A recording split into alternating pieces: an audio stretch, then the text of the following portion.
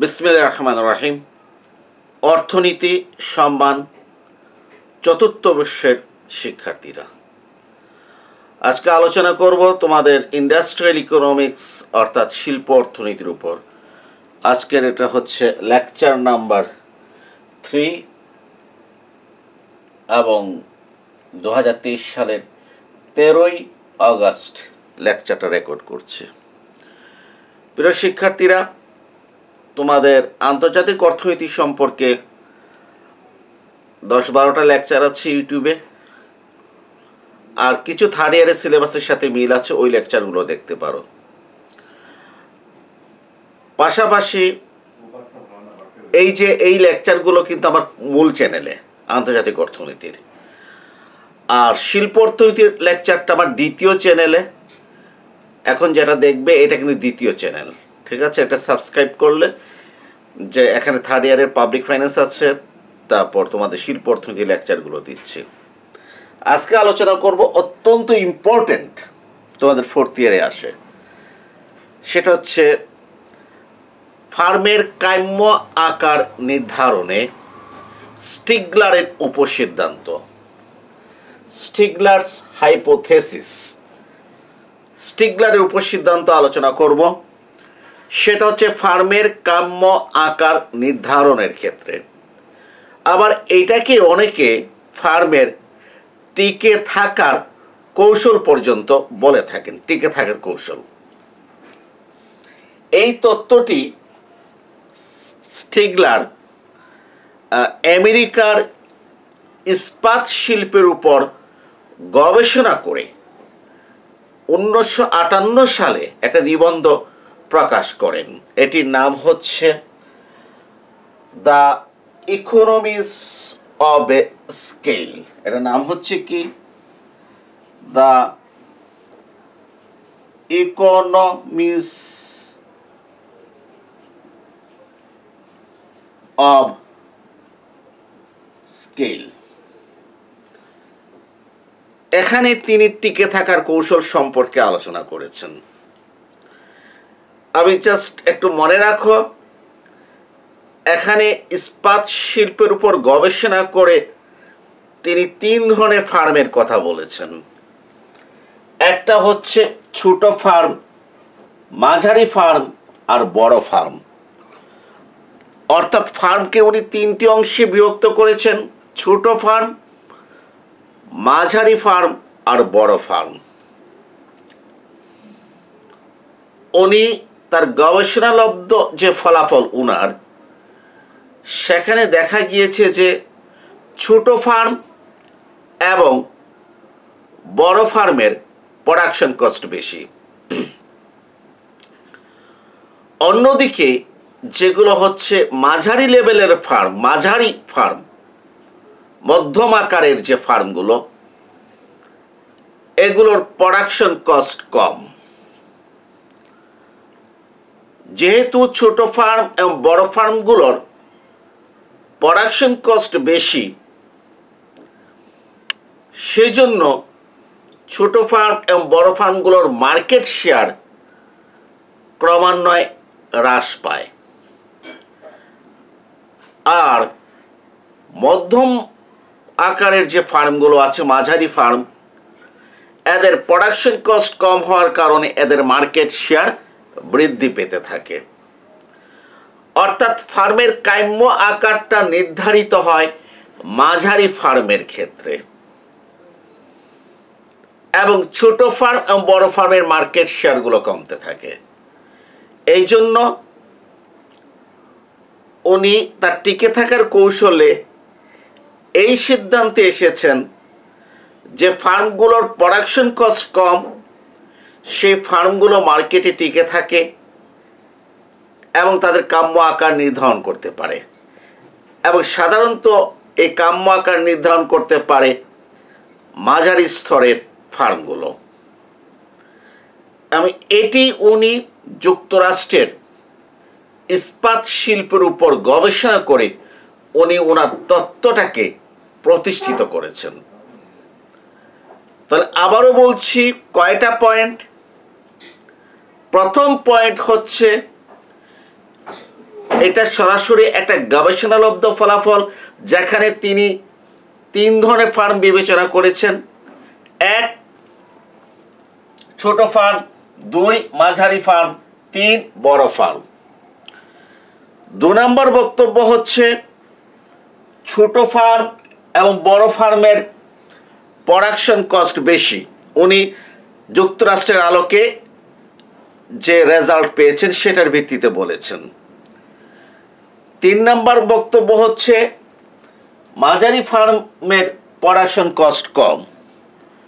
4 নম্বর বক্তব্য হচ্ছে যেহেতু ছোট ফার্ম এবং বড় ফার্মের প্রোডাকশন কস্ট বেশি, ফলে সময়ের ব্যবধানে ছোট ফার্ম এবং বড় ফার্মের মার্কেট শেয়ার কমতে থাকে, আর মাঝারি ফার্মের প্রোডাকশন কস্ট কম হওয়ার কারণে তাদের মার্কেট শেয়ার বাড়তে থাকে।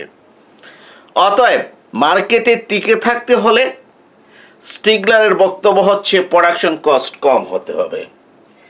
এই ক্ষেত্রে স্টিগলার কয়েকটা অনুমিত শর্ত ধরে নিয়েছেন। এর ভিতরে একটা হচ্ছে সকল ফার্মের উদ্দেশ্য একই, অর্থাৎ ওনার বক্তব্য হচ্ছে সকল ফার্মের কি উদ্দেশ্য কি একই। আসলে উনি অনুমতি হিসাবে এটা ধরে নিয়েছেন, কিন্তু এটির সমালোচনা রয়েছে, কারণ সমস্ত ফার্মের উদ্দেশ্য কিন্তু একই নয়। যেমন কোনো ফার্মের উদ্দেশ্য হচ্ছে মুনাফা সর্বোচ্চ করা, আবার কোনো ফার্মের উদ্দেশ্য হচ্ছে বিক্রয় সর্বোচ্চ করা, কারো উদ্দেশ্য হচ্ছে প্রোডাকশন কস্ট সর্বনিম্ন করা, কারো উদ্দেশ্য হচ্ছে ফার্মের আয় কি করা সর্বোচ্চ করা। অর্থাৎ বিভিন্ন ফার্মের বিভিন্ন উদ্দেশ্য থাকতে পারে, উদ্দেশ্যের ভিতরে ভিন্নতা থাকতে পারে। এই ভিন্নতা স্টিগলার অস্বীকার করে তিনি ধরে নিয়েছেন প্রত্যেকটা ফার্মের উদ্দেশ্য কি একই, অর্থাৎ ওনার অনুমিত শর্ত যেটা, এটা কিন্তু সমালোচনার ভিতরে কিন্তু পড়ে। 2 নম্বর অনুমিত শর্ত হচ্ছে প্রতিটি ফার্ম একই পরিবেশে উৎপাদন করে এবং কোনো রকমের স্থানীয়করণের সুবিধা ভোগ করে না। প্রতিটি ফার্ম একই পরিবেশের ভিতরে কাজ করে এবং কোনো ধরনের স্থানীয়করণের সুবিধা ভোগ করে না। এই অনুমিত শর্তটাও কিন্তু ওনার প্রশ্ন সাপেক্ষ, কারণ বিভিন্ন কারখানার পরিবেশের ভিতরে কি রয়েছে, পার্থক্য রয়েছে। দেখা যায় যে কোনো কারখানাতে শিশু শ্রম হতে পারে, কারখানার ভিতরের পরিবেশ কোনোটা উন্নত হতে পারে, কোনো ফার্মের ভিতরের পরিবেশ উন্নত নাও হতে পারে। তারপর ট্রেড ইউনিয়নের ব্যাপার রয়েছে। অথবা এই অনুমতির শর্তটাও কিন্তু প্রশ্ন সাপেক্ষ। 3 নম্বর অনুমিত শর্ত হচ্ছে উপকরণ মূল্য, কারিগরি অবস্থা এগুলো অপরিবর্তিত থাকবে। অর্থাৎ কারিগরি অবস্থা এবং উপকরণ মূল্য এগুলা কি থাকবে, অপরিবর্তিত থাকবে। যদি কোনো একটি ফার্ম নতুন একটি কারিগরি বা টেকনোলজি যদি আবিষ্কার করে, তাহলে সেক্ষেত্রে কিন্তু স্টিগলারের তত্ত্বটা কিন্তু প্রযোজ্য হবে না। এরপরে আছে ফার্ম প্রতিযোগিতামূলক বাজারের কাঠামোতে উৎপাদন করে। নতুন ফার্ম প্রবেশে কোনো বাধা থাকে না, যেটা আমরা পূর্ণ প্রতিযোগিতামূলক বাজারে কি করেছি আলোচনা করেছি। ফার্মসমূহ নিজেদের ভিতরে কোনো ধরনের লিখিত বা অলিখিত চুক্তি কি করে না। প্রতিটি ফার্ম রাষ্ট্র থেকে একই ধরনের সুবিধা ভোগ করে। প্রতিটি ফার্ম রাষ্ট্র থেকে একই ধরনের সুবিধা ভোগ করে। এর মানে হচ্ছে, মনে করো যে আমার ফার্মটাকে রাষ্ট্র সাবসিডি দিয়ে সুবিধা বেশি দিচ্ছে, আবার আমার উপর ট্যাক্স কম আরোপ করেছে, আরেকটা ফার্মের উপর ট্যাক্স বেশি আরোপ করেছে, সে কোনো সাবসিডি পাচ্ছে না। তাহলে আমাদের এই দুইটা ফার্মের ভিতরে রাষ্ট্রীয় সুবিধাটা সম্পূর্ণ ভিন্ন। প্রতিযোগিতার ক্ষেত্রে আমি একটু সুবিধা পেয়ে যাব, এই ধরনের ঘটনা ঘটবে না। এক্ষেত্রে স্টিগলারের বক্তব্য হচ্ছে রাষ্ট্র কোনো ফার্মকে বিশেষ কোনো সুবিধা প্রদান করবে না। এইটার ভিত্তিতে, এই অনুমতি শর্তের ভিত্তিতে উনি ওনার তত্ত্ব বিশ্লেষণ করেছেন। এর আগে উনি বিভিন্ন উপাত্তগুলো কালেকশন করেছেন যুক্তরাষ্ট্রের ইস্পাত শিল্পের 1930 সাল থেকে 1951 সাল পর্যন্ত। দেখো যে ছোট ফার্মগুলো ঠিক আছে, যাদের প্রোডাকশন ক্যাপাসিটি, ছোট ফার্ম যেগুলোর প্রোডাকশন ক্যাপাসিটি 0.5%-এর নিচে, 1930 সালে তাদের মার্কেট শেয়ার ছিল 7.16। আবারও বলছি, যে সমস্ত ফার্মের প্রোডাকশন ক্যাপাসিটি, উৎপাদন ক্ষমতা 0.5% বলেছি নিচে, এই সমস্ত ফার্মের মার্কেট শেয়ার কত ছিল? 1930 সালে ছিল 7.16। মনে করো মার্কেটে 1 কোটি টাকার মার্কেট, তো এই 1 কোটি টাকার মার্কেটের ভিতরে ছোট ফার্মগুলো যাদের উৎপাদন ক্ষমতা 0.5%, মানে 1%-এর অর্ধেকেরও নিচে, তারা 7,16,000 টাকা হচ্ছে তাদের মার্কেট শেয়ার। 7.16, তার 1 কোটির 7.16 মানে কত? 7,16,000। যদি 2 কোটি হতো তাহলে 14,32,000 হতো। সোজা কথা 7.16। এখানে কিন্তু একটা ফার্ম না, এখানে অনেকগুলো ফার্ম আছে। এই অনেকগুলো ফার্ম কারা? মানে ছোট ফার্মকে উনি 3টে অংশে বিভক্ত করেছেন। ছোট ফার্মগুলোকে উনি 3টি অংশে বিভক্ত করেছেন। এই অনেকগুলো ফার্ম কারা? যারা 0.5%-এর নিচে যাদের প্রোডাকশন ক্যাপাসিটি, তাদের 1930 সালে মার্কেট শেয়ার হচ্ছে 7.16। আর যে সমস্ত ফার্মের প্রোডাকশন ক্যাপাসিটি 0.5% থেকে 1%, তাদের মার্কেট শেয়ার হচ্ছে 5.94। একটু বোঝার চেষ্টা করো। মনে করো আমার যে ফার্মটা, আমার প্রোডাকশন ক্যাপাসিটি হচ্ছে টোটাল প্রোডাকশনের 1%। কত পার্সেন্ট? 1%, বা 1%-এর একটু কম। তাহলে আমি এই শ্রেণীতে পড়ব, ছোট ফার্মের এই দ্বিতীয় শ্রেণীতে আমি পড়ব। আমার মতো আরো 10-12টা 15টা ফার্ম আছে, যারা সবাই মিলে মার্কেট শেয়ার যেটা হচ্ছে সেটা হচ্ছে 5.94%। মার্কেট শেয়ার মানে কি? যে যদি মনে করো এইটার মার্কেট যদি 2 কোটি টাকার যদি হয়, তাহলে 5.14% মানে কত? 10,28,00,000 টাকা। এই যাদের মার্কেট শেয়ার যাদের প্রোডাকশন ক্যাপাসিটি 0.5% থেকে 1%, তারা এটা কি করবে? সাপ্লাই দেবে। তো তালিকাটা বুঝতে পেরেছ? যারা 1% থেকে 2.5%, তাদের মার্কেট শেয়ার হচ্ছে 13.17। যে সমস্ত ফার্মের প্রোডাকশন ক্যাপাসিটি, মাঝারি ফার্ম যেটা 2.5% থেকে 5%, তাদের মার্কেট শেয়ার হচ্ছে 10.64%। তারপর 5% থেকে 10% যারা, তাদের 11.18%। যাদের প্রোডাকশন ক্যাপাসিটি 10% থেকে 25%, তাদের মার্কেট শেয়ার হচ্ছে 13.25%।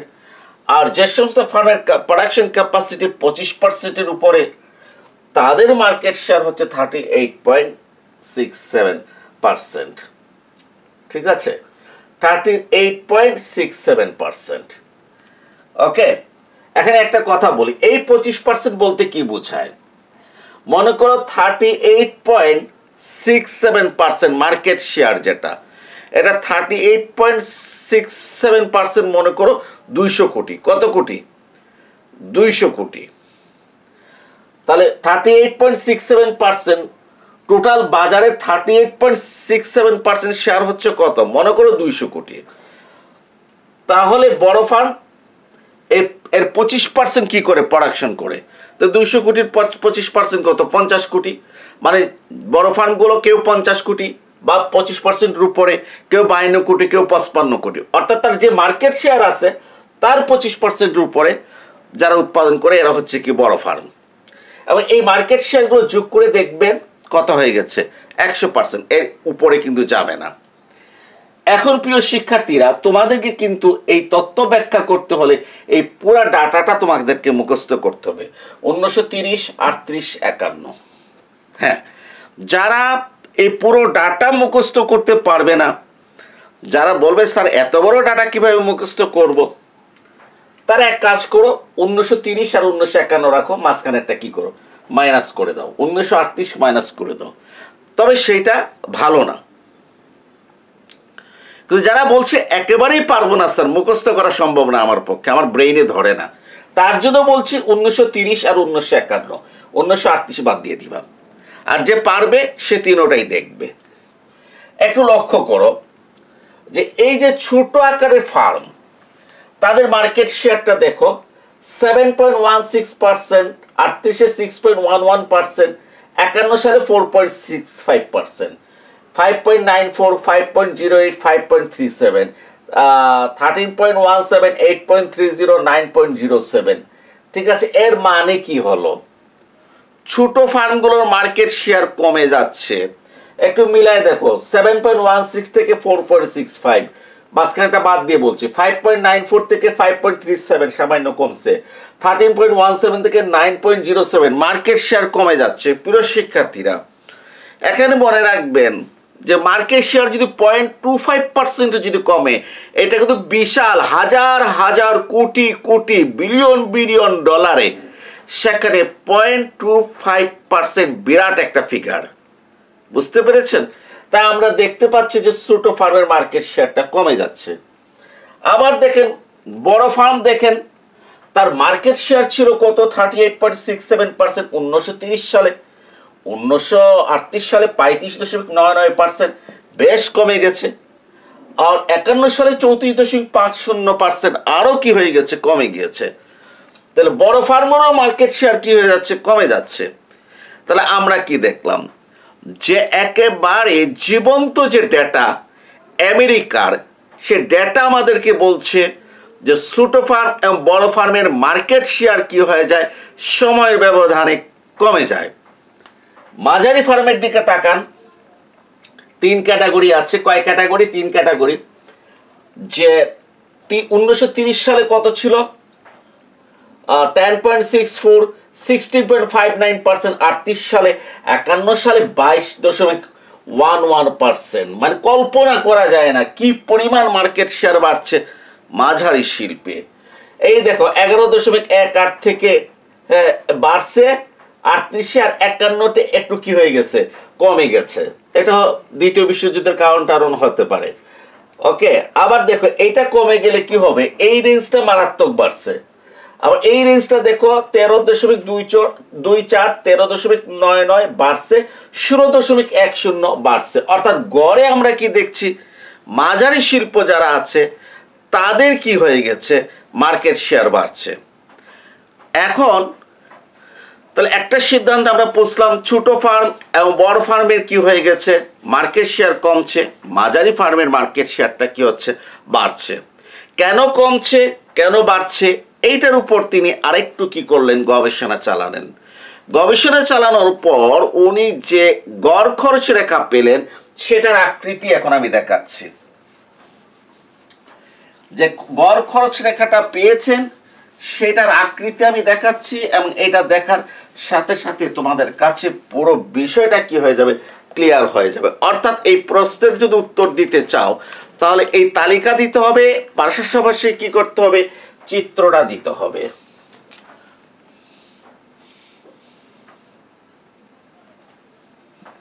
এই ভূমিকে কি ধরেছি, উৎপাদনের পরিমাণ ধরেছি, মানে উৎপাদন শতকরা হার, কি হার, শতকরা হার। ঠিক আছে জি। আর এদিকে হচ্ছে long run average cost curve, long run average cost curve. এই দেখো গড় খরচ রেখা, এই দেখো গড় খরচ রেখা, ভূমিকে সমান্তরাল, এই দেখো গড় খরচ রেখা।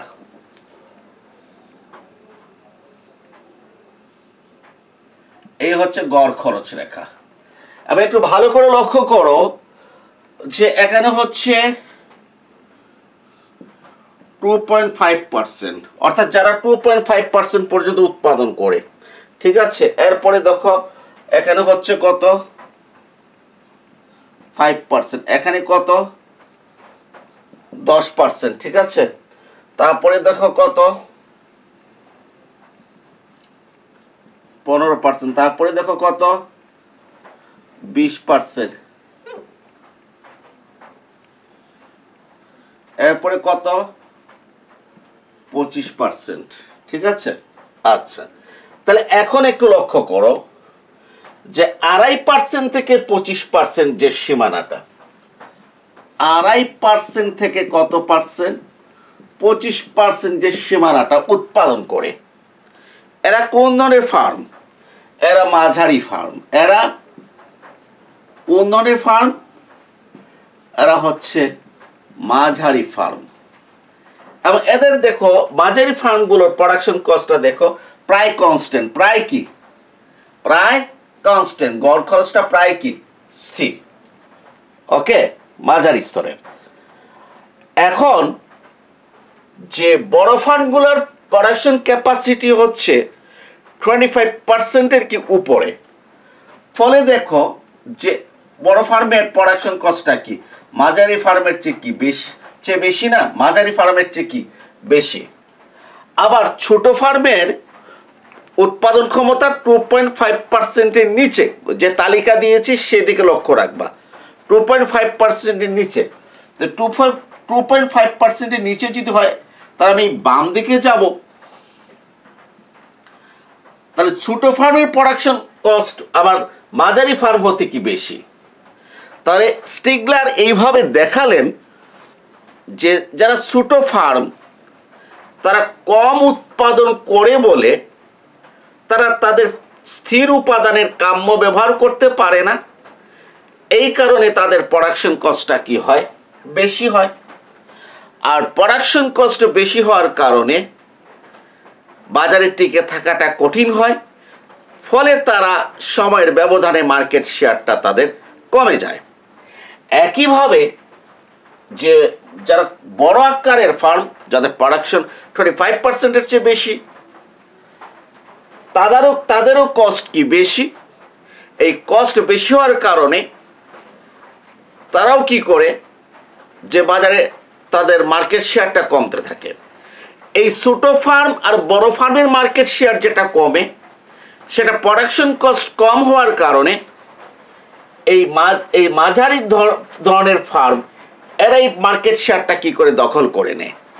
যার ফলে আমরা দেখেছি যে আমাদের 30 সালের সাথে তুলনা করে 38 সালে, কত সালে আমরা 38 সালে এবং 51 সালে, 38 সালে এবং কি 30 সালের সাথে তুলনা করে 38 সালে বা 51 সালে মাঝারি স্তরের ফার্মগুলোর কি হয়েছে? মার্কেট শেয়ার বৃদ্ধি পেয়েছে। অতএব সর্বশেষ কথা হচ্ছে স্টিগলারের উপসিদ্ধান্ত, সর্বশেষ কথা হচ্ছে স্টিগলারের যে উপসিদ্ধান্ত সেটা হচ্ছে মাঝারি ফার্মের প্রোডাকশন কস্ট কম থাকার কারণে তাদের মার্কেট শেয়ার বাড়ে। অতএব একটি ফার্ম তার কাম্য আকার নির্ধারণ করতে হলে প্রোডাকশন কস্ট কি হতে হবে? কম হতে হবে। কম হলেই তারা বাজারে টিকে থাকতে পারবে। এইটাই স্টিগলারের বক্তব্য। প্রিয় শিক্ষার্থীরা, তালিকা দেবে, চিত্র দেবে, অনুমতি শর্ত দিবে, একের পুরো নাম্বারটা পেয়ে যাবে।